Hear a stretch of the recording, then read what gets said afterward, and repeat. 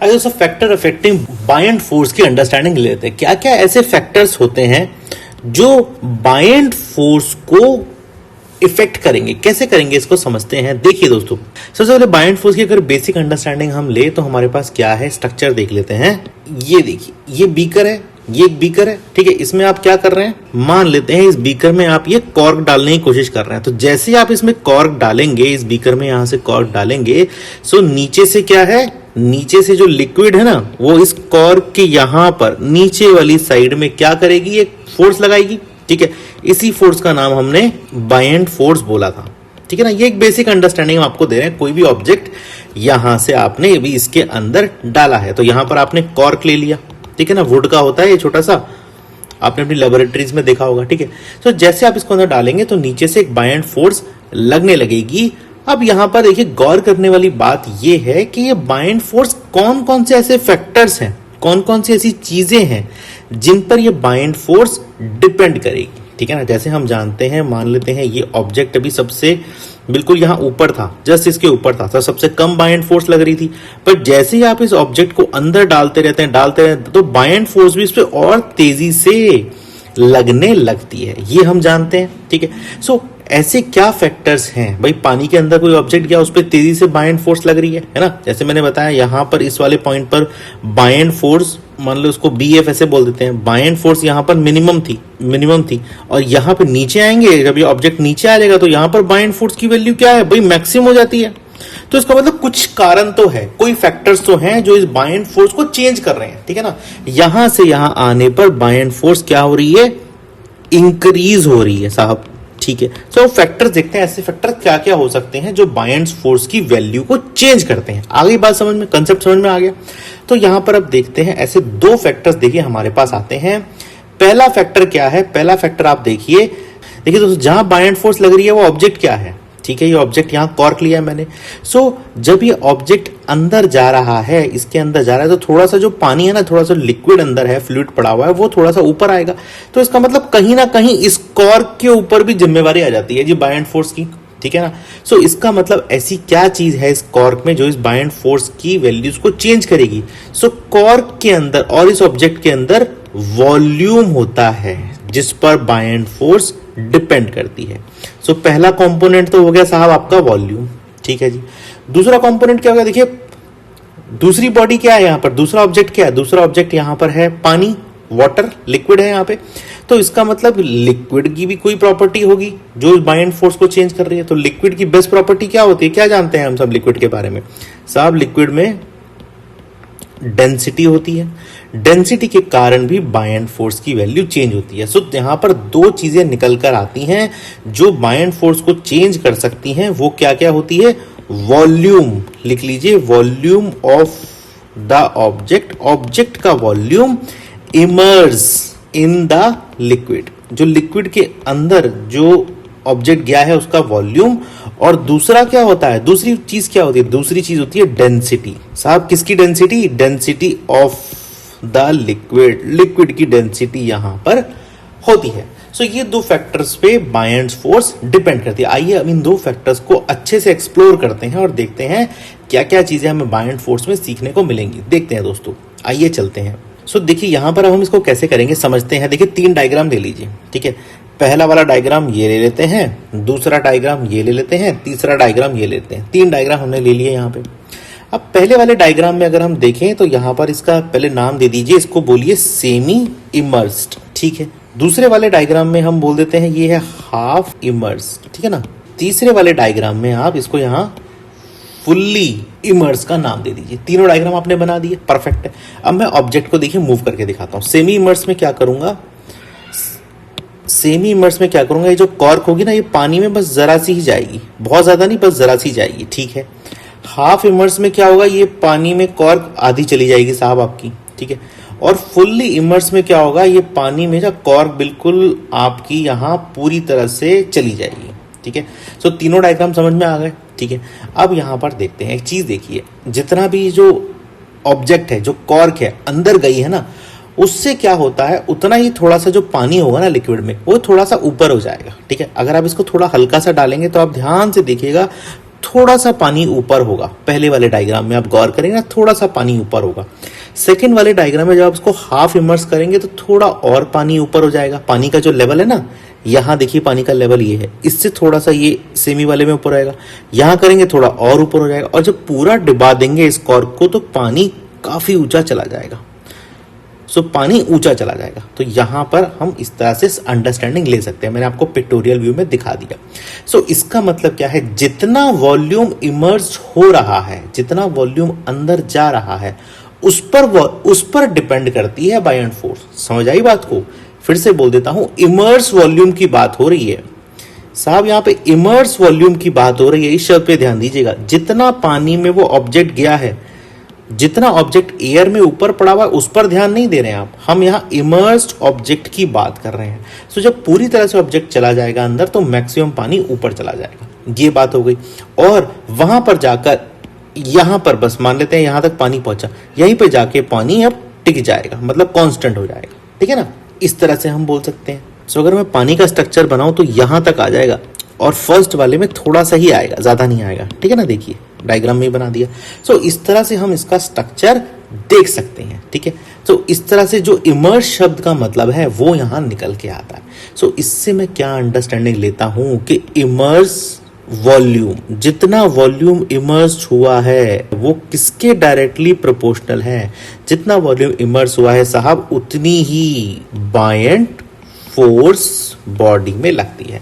So force की definition किससे आपने मैपिंग कर दी? फोर्स की डेफिनेशन को आपने डायरेक्टली वॉल्यूम इमर्स से मैप कर दिया, उसका डायरेक्टली प्रोपोर्शनल बनाया और बोला एट फुल वॉल्यूम इमर्स। जब पूरा वॉल्यूम इमर्स हो जाएगा तो बायंट फोर्स क्या हो जाएगी? ये लिख दीजिए, बायंट फोर्स हो जाएगी साहब यहां पे कांस्टेंट। ये बायंट फोर्स की वैल्यू कांस्टेंट हो जाएगी। सो इस तरीके से इसके बाद और बायंट फोर्स नहीं लगेगी बॉडी पे। क्यों? क्योंकि पूरा वॉल्यूम यहां इमर्स हो चुका है। ठीक है? सो ये एक बेसिक सी अंडरस्टैंडिंग हम लेते हैं। सो इसीलिए हम कह सकते हैं कि वॉल्यूम जो है, इमर्स वॉल्यूम, वो बायंट फोर्स को चेंज करता है। इस एक्सपेरिमेंट ने हमें बता दिया। ठीक है, आगे चलते हैं। अच्छा, एक चीज और देख लेते हैं। हमने अभी वॉल्यूम की बात करी थी। अब यहां पर देखिए, मान लेते हैं हमारे पास ये दो ऑब्जेक्ट हैं। ठीक है? मान लीजिए आप साहब, ये है आपके पास, यहां पे ये है आपके पास वुड। ठीक है? और यहां पर है आपके पास मेटल। दो ऑब्जेक्ट आपके पास हैं और दोनों ऑब्जेक्ट को आप लिक्विड के अंदर डाल रहे हैं। ठीक है, बहुत अच्छी बात है। वुड जो है, इसका जो मास है, मास ऑफ वुड ऐसे कर दीजिए, यहां मास ऑफ मेटल कर दीजिए। तो जाहिर सी बात है, जो मेटल का मास है वो काफी बड़ा होगा भाई वुड के मास से, है ना? वुड तो हल्का सा होता है, सो मेटल का मास बड़ा होगा। सो अब हम यहां क्या कर रहे हैं, हम यहां पर जो मास है मेटल का और जो वुड है उसको कंपेयर करेंगे। बट कंडीशन यहां लगा देते हैं कि हम यहां पर ये बोल रहे हैं कि जो वॉल्यूम है दोनों का वो कांस्टेंट है। जो दोनों का वॉल्यूम है कांस्टेंट है, मतलब मेटल में आ जाइए, मेटल में आ जाइए, मेटल का जो वॉल्यूम है वो इसके कांस्टेंट है। मतलब मान लेते हैं अगर ये V है तो ये भी V है। ठीक है ना? देखिए एक ही जैसी मैंने शेप बनाई है, तो आप लगभग लगा दीजिए कि वॉल्यूम इसका मैंने कांस्टेंट रखा हुआ है। ठीक है? अब यहां पर देखिए क्या अंडरस्टैंडिंग होती है। तो ये कैसा केस है? ये ऐसा केस है जहां पर वॉल्यूम को मैंने कांस्टेंट कर दिया और मास को चेंज कर दिया ऑब्जेक्ट के। ठीक है? सो मैंने बताया था जी वॉल्यूम से चेंज होती है, बट अगर मैं एक्सपेरिमेंट करूं, मान लेते हैं सेम वॉल्यूम की दोनों चीजें लेके पानी में डालूं तो क्या होगा दोस्तों? जब आप इनको पानी में डालेंगे ना, एक साथ ऐसे करके, एक साथ ऐसे नीचे जाएंगे, पानी के यहाँ जाके बैठ जाएंगे। और गौर करने वाली बात पता क्या होगी? आप अंडरस्टैंडिंग लीजिएगा, ये दोनों इक्वल यहां तक बराबरी पर पानी को बढ़ा देंगे। यहां तक आप देखेंगे ना, ग्लास में दोनों में इक्वल पानी बढ़ जाएगा। तो अगर मान लेते हैं आप इसको मेजर करें, अगर आप इसको H बोलें, सो ये भी H ही होने वाला है। ये होगा इस एक्सपेरिमेंट में। तो इसका मतलब क्या है? मैंने आपको बताया था भाई बायंट फोर्स क्या होती है, जितना ये पानी ऊपर गया है उतनी बायंट फोर्स मेजर होगी। तो इसका मतलब क्या है? अगर H यहां बराबर है, सो इसका मतलब है दोनों जो ऑब्जेक्ट हैं वो सेम बायंट फोर्स को एक्सपीरियंस कर रहे हैं। तो इसका मतलब अगर मैं ये वाला केस लेता हूं जहां पर वॉल्यूम कांस्टेंट है, वॉल्यूम इक्वल टू कांस्टेंट, और मास चेंज हो रहा है बॉडी का, मास चेंज हो रहा है। सो इस वाले केस में क्या होता है, जो बायंट फोर्स है वो क्या होगी, वो कांस्टेंट होगी, वो चेंज नहीं होगी, ठीक है ना। सो ये हमें एक ऑब्जर्वेशन यहां से मिलती है, ठीक है ना। तो हमने एक एक्सपेरिमेंट इस तरह से कर लिया। आइए इस तरह से एक और एक्सपेरिमेंट करते हैं जहां पर बॉडी की शेप चेंज कर देते हैं, ठीक है, और फिर उसको लिक्विड में डालेंगे और फिर देखेंगे क्या होता है, बट वॉल्यूम कांस्टेंट रखते हैं। ठीक है जी, करके देखते हैं। देखिए यहां पर यहां पर क्या किया हमने, यहां पर इसको राउंड शेप में ले लिया एक ऑब्जेक्ट को, और एक ऑब्जेक्ट को जैसे स्क्वायर बॉक्स में ले लिया। दोनों की क्या हमने चेंज कर दी, चेंज इन शेप, दोनों की शेप चेंज कर दी, बट वॉल्यूम कांस्टेंट रखा, ठीक है ना। तो यहां पर ये चीज ले लीजिए, किस कंडीशन में आप कर रहे थे इसको, आप वॉल्यूम को कांस्टेंट ले रहे थे और आपने शेप को चेंज लिया था, ठीक है ना। ऑब्जर्वेशन क्या लेनी है हमें, ऑब्जर्वेशन लेनी है साहब बायंट फोर्स। कितनी बायंट फोर्स लग रही है ये देखते हैं।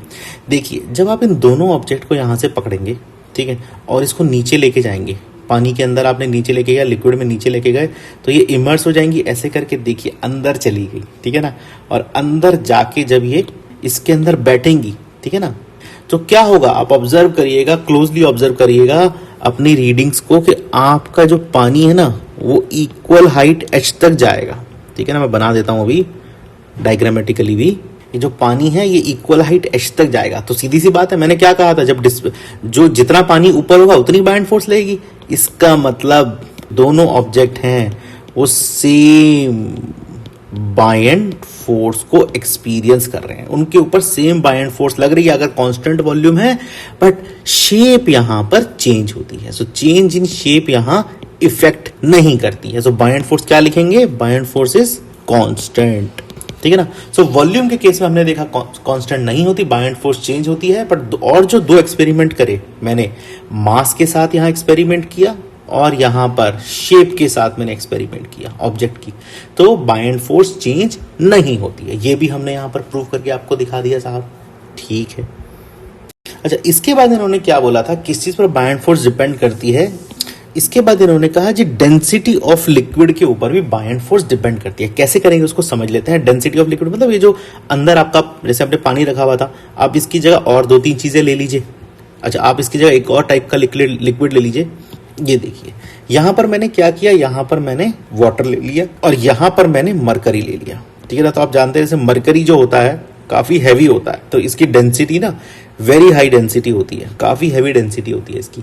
तो इस केस में क्या करेंगे, हम मान लेते हैं, हम कॉर्क का ही एग्जांपल लेकर चलते हैं। सो कॉर्क के एग्जांपल में हमने जब एक्सपीरियंस करेंगे, मान लेते हैं इसको यहाँ डायग्राम 1 बोल देते हैं, इसको डायग्राम 2 बोल देते हैं।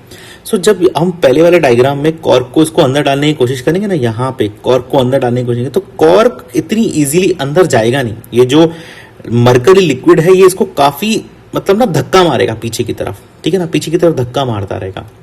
सो इसका मतलब क्या है, इसको नीचे नहीं जाने दे रहा, धक्का मार रहा है। इसका मतलब क्या है भाई साहब, समझाइए मुझे। इसका मतलब है कि यहां पर ना ये जो लिक्विड है, ये जो मरकरी है, ये इस पर बहुत जबरदस्त बायंट फोर्स लगा रहा है, क्योंकि इसकी डेंसिटी काफी हाई है। डेंसिटी काफी हाई है तो नीचे नहीं जाने दे रहा, मतलब ऊपर ही लेवल पर ये काफी ज्यादा इस पर प्रेशर लगा रहा है, ठीक है। सो आप इसको अगर और नीचे डालने की कोशिश करेंगे, जबरदस्ती इसको और करेंगे, तो ये नीचे नहीं जाएगा। बट हाँ, इससे क्या होगा, इससे इसका जो, तो इससे आपका ना जो हाथ होगा वो एक्सपीरियंस करेगा, है ना। जैसे मान लेते हैं आप यहाँ उंगली से कर रहे हैं इसको, जैसे मान लेते हैं ना आपने यहाँ उंगली से किया, सो आपकी उंगली एक्सपीरियंस करेगी, यार बड़ी तेज फोर्स लग रही है मुझे तो। बट अगर आप यही चीज को यहाँ इस कॉर्क को पानी में डालेंगे ना, तो आप जरा सा ही अपनी उंगली को डालिएगा यहाँ पे, बस जरा सा ही, ठीक है, आपको ना ये बिल्कुल कॉर्क नीचे की तरफ आ जाएगा, नीचे की तरफ आता हुआ दिखेगा, ठीक है। तो इसका मतलब क्या है कि ये वाला जो ऑब्जेक्ट है ना यहाँ पर, ये इस पर वीक बायंट फोर्स लग रही है, इतनी तेज नहीं लग रही जितनी मरकरी पर लग रही है।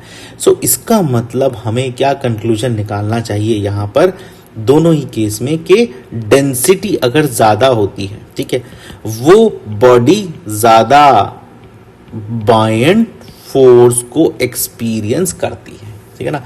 सो high density high buoyant force और low density so low buoyant force. So mercury की बहुत ज्यादा हाई डेंसिटी थी, उसको ज्यादा बायंट फोर्स यहां मिल रही थी, तो यहां पर लिख दीजिए experience cork experience high buoyant force, उसको ज्यादा बायंट फोर्स मिल रही थी, हाई बायंट फोर्स मिल रही थी। सो ये एक अंडरस्टैंडिंग हम ले सकते हैं और बोल सकते हैं यहाँ पे कि डेंसिटी ऑफ लिक्विड, जो लिक्विड की डेंसिटी है वो डायरेक्टली प्रोपोर्शनल करती है किसके, बायंट फोर्स के। सो जितनी ज्यादा हाई डेंसिटी उतनी ज्यादा बायंट फोर्स, तो ये भी हमने अंडरस्टैंडिंग ले ली। सो पीछे से हमने जब वॉल्यूम की बात करी तो भी अंडरस्टैंडिंग हमारी हो गई, डेंसिटीज में भी अंडरस्टैंडिंग। तो वॉल्यूम में हमने एक दो केसेस और लिए जहां पर हमने देखा कि मास का केस और शेप का केस हमने लिया। जब v को हमने कांस्टेंट बोल दिया, वॉल्यूम को कांस्टेंट बोल दिया, तो हमने देखा कि जो बायंट फोर्स है वो भी कांस्टेंट ही होगी साहब, इन दोनों केस में वो चेंज नहीं होगी। डेंसिटी का सिंपल केस था, वो हमने आपको करके दिखा दिया। सो इस तरीके से हम इस कंसेप्ट को कंप्लीटली समझ सकते हैं। तो फैक्टर बहुत इंपॉर्टेंट होते हैं, volume of the object immerse और दूसरा डेंसिटी ऑफ द लिक्विड। आइए दोस्तों आगे चलते हैं।